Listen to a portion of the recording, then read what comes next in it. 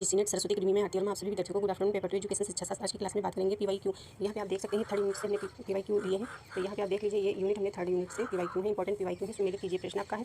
तो यहाँ पे देख सकते हैं थर्ड यूनिट आपकी शिक्षार्थी तथा अधिगम प्रक्रिया है, यूनिट का नाम है। तो यहाँ पे देख सकते हैं सामाजिक बुद्धि दिया गया है, मतलब प्रश्न के अंतर्गत आपके मतलब सुमेलित करने में मूर्त बुद्धि और अमूर्त बुद्धि संवेगिक बुद्धि दिया गया है। तो आप यहाँ पे देख सकते हैं इसको मिलान करना है, सामाजिक बुद्धि को आपको मिलान करना है थर्ड से, अन्य लोगों को भली भाग समझना। मूर्त बुद्धि को मिलान करिएगा, व्यक्तियों द्वारा ठोस वस्तुओं के महत्व को समझना। अमूर्त बुद्धि को मिलान करना है शाब्दिक तथा गणितीय संकेतों को समझना। सामवेगिक बुद्धि को मिलान करना है एक प्रकार की सामाजिक बुद्धि है। तो यहाँ पे आप सभी विद्यार्थियों को समझ में आया होगा, आपने क्लास देखी होगी।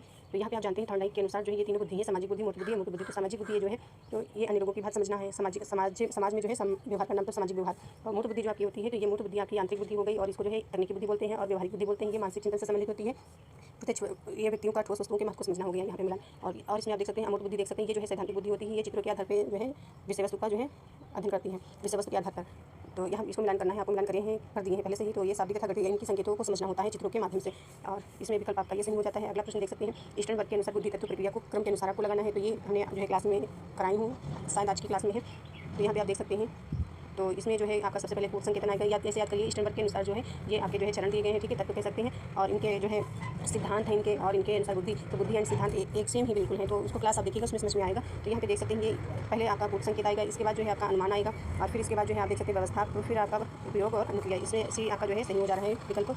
और इसके बाद आप देख सकते हैं सुमेलित करने अगला प्रश्न आपका आया। तो यहाँ पे देख सकते हैं नैसर्गिक बुद्धि हो गई, और शारीरिक गतिविधि हो गई, स्थानिक बुद्धि हो गई, भाषाई बुद्धि, ये सारी हार्वर्ड गवर्नर के अनुसार दी गई है। ये आपको पता होगा, नैसर्गिक बुद्धि को प्राकृतिक बुद्धि बोलते हैं। इसको आप मिलान करिएगा। नैसर्गिक बुद्धि यानी कि ये पर्यावरण से संबंधित होती है बुद्धि, ये बालक जो है पर्यावरण के बारे में जो है प्रकृति के बारे में नॉलेज रखते हैं। और शारीरिक गतिविधि शरीर से संबंधित गतिविधि, ठीक है, खिलाड़ी। स्थानीय बुद्धि मूर्तिकार हो गए, भाषाई बुद्धि भाषा नेता हो गए, भाषा संबंधी ज्ञान होता है अधिक। तो इसमें आपका विकल्प भी सही हो जा रहा है। अगला प्रश्न आप देख सकते हैं, यहाँ पे अगला प्रश्न है, आध्यात्मिक बुद्धि की अवधारणा निम्नलिखित में से किन परिस्थितियों के संदर्भ में सहायक होगी। ये मत सोचिएगा जल्दी जल्दी हम करा रहे हैं, आपको पेपर में टाइम जितना मिलता है उतना ही मिलेगा, अधिक नहीं मिलेगा, ठीक है। तो आप जल्दी जल्दी ही करने की कोशिश करिए, प्रैक्टिस हो जाए आप सभी स्टूडेंट की।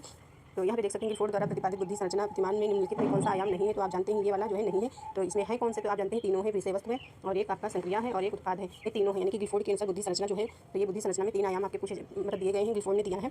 और बुद्धि की संरचना को त्रिआयामी सिद्धांत बोलते हैं, और त्रिविमीय सिद्धांत बोलते हैं, मॉडल भी बोलते हैं, बहुत से अन्य नाम है, कई आदि नाम से जानते हैं हम। तो क्लास में देख लीजिएगा। और इसमें देख सकते हैं अगला प्रश्न जो है यहाँ पे, कथनों का निम्नलिखित में कौन सा सेट व्यक्ति की संवेगात्मक बुद्धि की प्रकृति और विशेषताओं को वर्णित करती है। तो ये संवेगात्मक बुद्धि जो है डेनियल गोलमैन ने दिया। तो इसमें जो है उद्देश्य पूर्ण कार्य करने की क्षमता, ये आपका सही हो गया। और इसके बाद भय और चिंता से लड़ने की क्षमता, ये भी आपका जो है ऑप्शन सही हो गया। फिर इसके बाद जो है आपका मूर्त चिंतन, ये नहीं आपका गलत है। संतुष्टि के भाव को बढ़ाने की क्षमता, ये भी गलत है। दूसरों की दृष्टिकोण से देखने की क्षमता, ये आपका सही हो गया। और पूर्व अनुभव से सीखने की क्षमता, ये गलत हो गया, आपका पहला ऑप्शन सही हो गया, ये ऑप्शन। तो यहाँ पे आप सभी विद्यार्थी जानते हैं कि ये संवेगात्मक बुद्धि डेनियल गोलमैन ने दी है, जो संवेगात्मक बुद्धि के अनुसार आप जा सकते हैं, उद्देश्य करने की योग्यता, ये आपका विकल्प सही हो जा रहा है। आप सभी विद्यार्थी अच्छे से रिवीजन करते रहें, अपना पढ़ाई करते रहें। Thank you.